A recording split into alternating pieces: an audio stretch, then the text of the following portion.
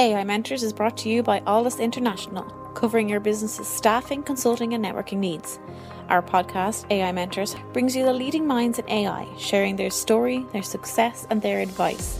Focusing on fast-tracking you to the top, AI Mentors cuts through the hype to help you kickstart your data science career. Welcome to AI Mentors. I'm your host, JP Valentine.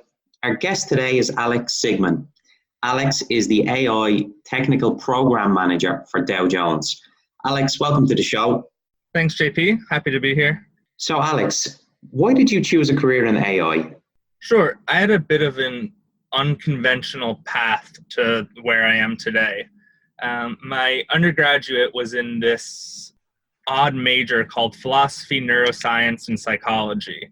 It was basically science for people who were not that great at science and who really wanted to be studying humanities. But from that, I got very interested in particularly the philosophy and the neuroscience and the technology associated with it. And that sat on the back burner for a bit when I ended up going to get my master's in journalism at Columbia here in New York. Because while the neuroscience and philosophy really interested me, I was always interested in writing and in media and in journalism. Luckily, I'd say maybe a couple weeks into my time at Columbia, one of my professors, Mark Hansen, he put out a notice for this computational journalism breakfast. And so every Thursday morning, he would get coffee and bagels, and he would teach the journalism students how to code using Python and R and how to apply that to the practice of journalism. And from there, I was hooked. I began to sort of immerse myself into this world of computational journalism and data journalism. And luckily, around a couple months later, one of my TAs for one of my classes, Francesco Marconi, who's now the R&D chief here at the Wall Street Journal, he invited me to come along and join him at the Associated Press as an AI fellow. And while there, I was exposed to not just data and computational journalism, but AI as it relates to journalism and what the term he coined, automated journalism. And so from there, I went all in, and this is my world now. Amazing. Thank you for that overview. Yes, very interesting and unique journey to where you're at right now, but great for people to hear that it's not traditional routes that lead to such interesting positions. We've obviously talked previously about a lot of the hype connected to AI and what it means to different people. So what does AI mean to you? AI is what we call a suitcase term. It has so many different meanings and emotions attached that depending on who you ask and on the day you ask them, you're going to get a different answer. And I like to equate it to the field of medicine. There's so many different, specialties within medicine. And there's also so many different practices and implications, like research, surgery. So all of that considered, the way I view AI is from the standpoint of a general practitioner. There's industrial, philosophical, legal, ethical, industrial applications, and I work to understand all of those. But I don't think that is the most satisfying answer. That's really just saying it's complicated. So I think if I were pressed to give a true definition, I would sort of refer to the terms artificial narrow intelligence, artificial general intelligence, and artificial superintelligence, or ANI, AGI, and ASI. And when I think about AI, I think about artificial narrow intelligence, which is AI that's good at one, maybe two particular tasks. So AlphaGo, or an AI that's really good at playing chess. It's AI that's most akin to the way that we use Excel today. It's a tool that's good at one, again, maybe two particular things that really aid in the way that we go about our day-to-day business, or allows us to automate the mundane tasks so that we can focus on the higher level tasks. So that's what I think when I think AI. I think that narrow intelligence.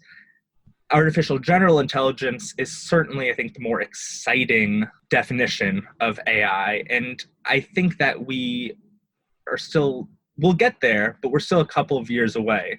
And so in order to best determine how to leverage AI today, which is what my job is, it's really best, I think, to focus on what AI is today, not to think about what it will be 5-10 years from now.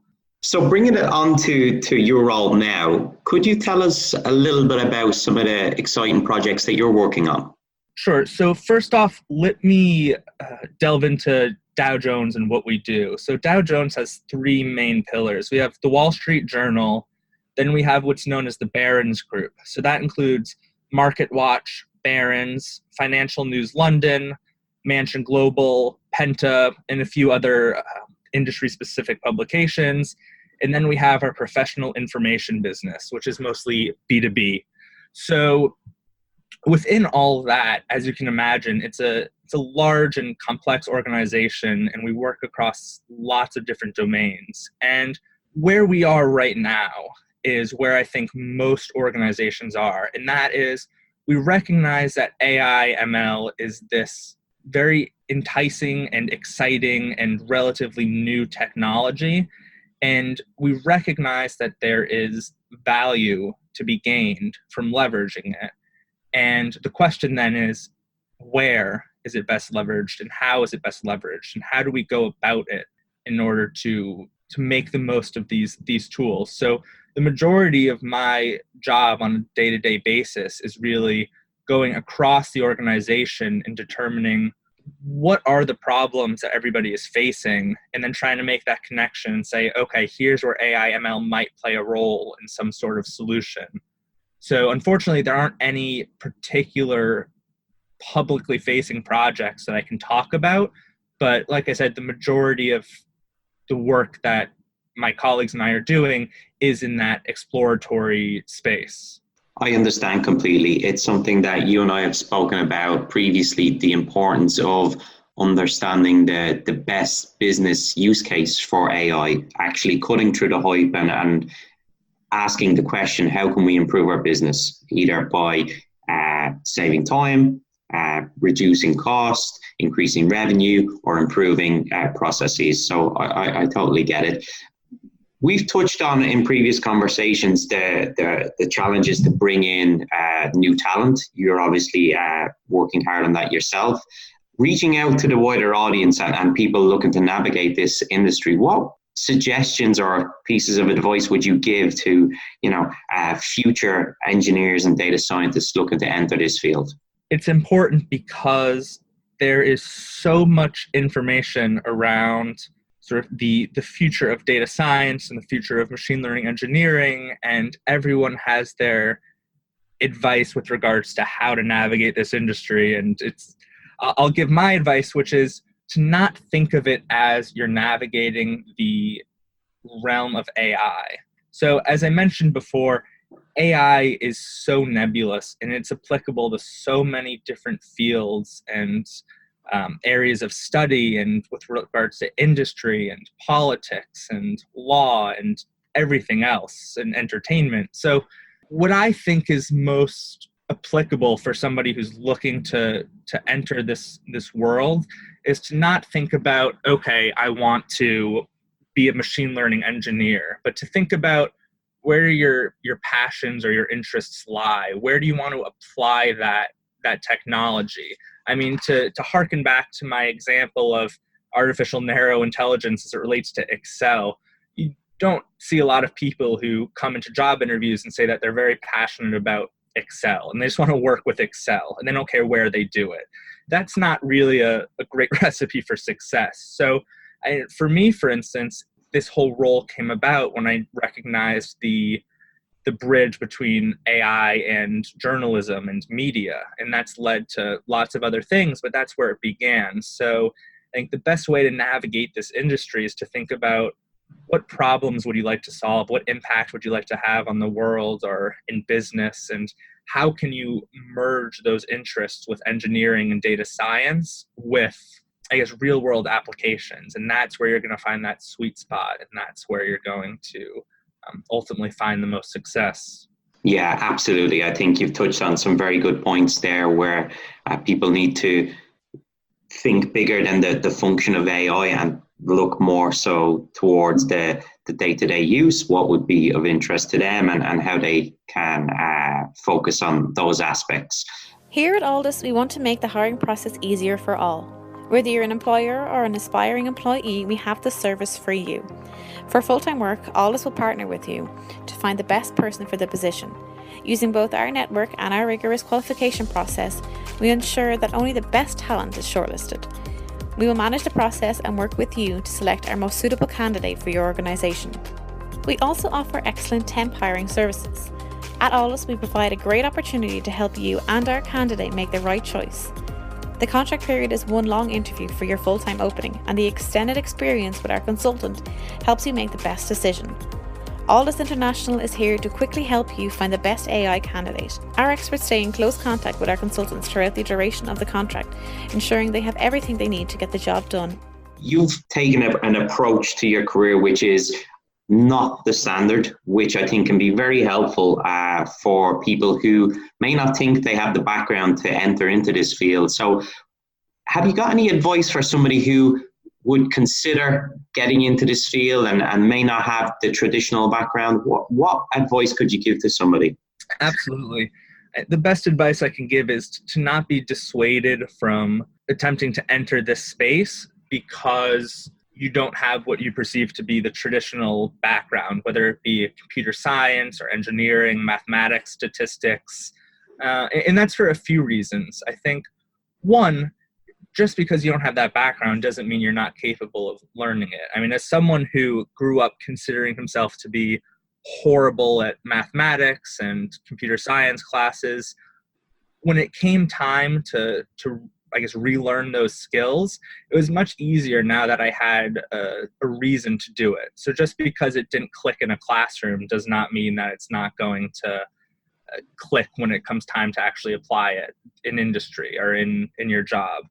But also, AI in the not too distant future is going to become, I think, rapidly democratized, and it's going to touch every aspect of our lives. And so as much of a proponent I am of understanding the mathematical or technical reasoning behind every algorithm or every tool that I try to leverage in any solutioning, in the not too distant future, I think AI is really going to be touching every aspect of our lives, but it's also going to become rapidly democratized. And so as much of a proponent I am as understanding the mechanisms by which any sort of algorithm or model works, that's going to become less and less important. And what's going to become more important is understanding the ways that the AI or the machine learning is being applied to the industry or to the business. And those bridge roles are going to become more and more important. So a really cool example is with the Flint water crisis in Michigan. There was a group who created a machine learning model to essentially tell the city where to replace their pipes. And that is I think a fantastic example of where machine learning and public health intersect. So what I would not want to see is somebody who's in a Master's of Public Health program or even an undergrad, or someone just interested in public health saying, wow, this seems fascinating. I really see this being the future of public health, but I don't know the first thing about machine learning or coding. Don't let that dissuade you because, one, people are much more capable of learning when it's, I think, related to something that they're truly interested in and it's not just didactic learning. But also, it's going to become easier and easier to create and implement and understand those machine learning models. So, yeah, I think the ultimate message is don't be dissuaded by what you perceive to be the roadblocks, because if someone like me with my background can get here, I'm sure everybody else can. Yeah, I think you make a very good point. We now need to view AI and data science going forward the way we use computers and the internet previously. It's going to become that ingrained into our daily lives and society that, there's so many different careers that may not exist now, but will in 5 to 10 years that are going to be linked to this technology. And it requires people to be open-minded and just take that chance. One final question, Alex, and I think would be helpful for people who are listening and possibly interested in Dow Jones or Wall Street Journal. For your upcoming intern programs and future roles, as you look to grow out your data science teams, what are the main things that you look for in an individual that is going to help them stand out to you? Sure, it's a great question. So I would say a few different things, but ultimately, as I've mentioned, it's that understanding not just of the technology, but of how the technology helps our business and helps Dow Jones as an entity. So not just being able to rote memorize how to build out a particular algorithm, which is certainly important, but being able to connect that to the business and ask the right questions and understand why we're building what we're building, and to really be able to challenge the business leaders on that, because the business leaders are leaders in their area for a given reason, but the data scientist or machine learning engineer is an expert in their own area, and it takes really dialogue and discussion and asking questions between the two to come to the best results. And so that is really, I think, the most important quality. It's somebody who can marry their technical skills to the business reasoning associated with it. Well, you've been listening to AI Mentors. I'm your host, JP Valentine. Alex Siegman from Dow Jones, thank you very much. Thank you, JP. Get the Alldus advantage. Become a member of the Alldus community and enjoy some of the following: AI meetups. Once a month, our community gathers to listen to some of the leading experts in the world of data science and AI. Our speakers come from all over the world, including Dublin, Boston, and Frankfurt. We also have our AI mentors. Our experts will provide mentoring to Alldus members. And don't forget our AI in Action podcast. Each week we have guests from all over the world talking us through their education, career, and more. Become an Alldus member and get the Alldus advantage. For more information and to sign up for our newsletter, log on to www.alldus.com. That's www.alldus.com. Alldus International, empowering through AI.